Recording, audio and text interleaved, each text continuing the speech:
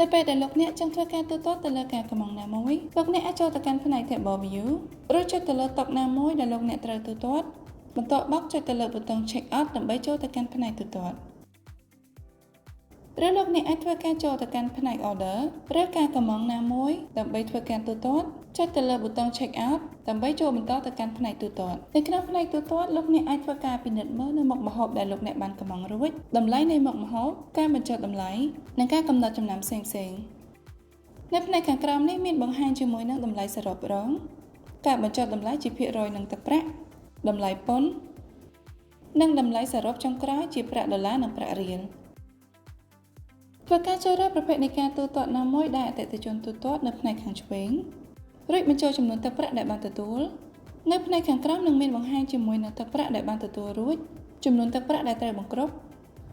ទឹកប្រាក់ដែលត្រូវអាប់ជាប្រាក់ដុល្លារនិងប្រាក់រៀលនិងអត្រាប្តូរប្រាក់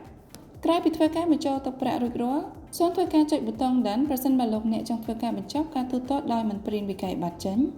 ឬចុចប៊ូតុង Print ដើម្បីធ្វើការបញ្ចប់ការទូទាត់ព្រមទាំងព្រីនវិក័យប័ត្រចេញ